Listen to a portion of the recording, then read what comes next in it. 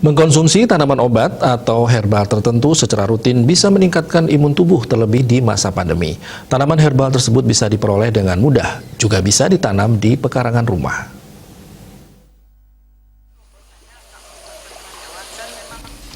Terdapat sejumlah tanaman obat yang baik dikonsumsi untuk meningkatkan daya tahan tubuh, terlebih pada masa pandemi COVID-19 sekarang ini.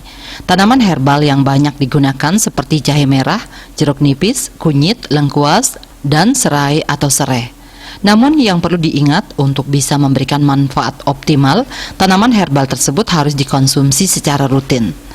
Mengkonsumsi tanaman herbal secara rutin diyakini bisa meningkatkan imun tubuh yang bisa membuat tubuh lebih tahan terhadap serangan penyakit. Karena berasal dari alam, ramuan herbal memiliki kelebihan dibandingkan obat sintetis, yakni tidak memiliki efek samping bagi tubuh.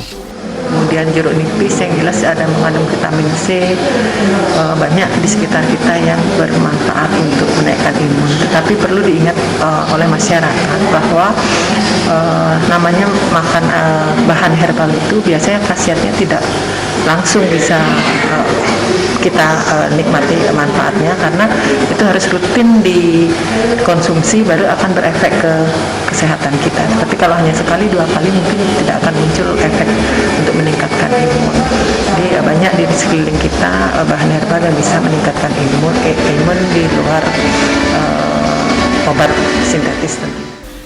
Ditambahkannya, di samping rutin mengkonsumsi tanaman herbal di masa pandemi, masyarakat juga diharapkan mengurangi konsumsi makanan yang mengandung lemak tinggi dan karbohidrat tinggi karena akan menyebabkan obesitas. Jika mengkonsumsi makanan tersebut harus diimbangi dengan berolahraga sehingga kesehatan dan kebugaran tubuh bisa tetap terjaga. Eka Yana dan Risma, Bali TV.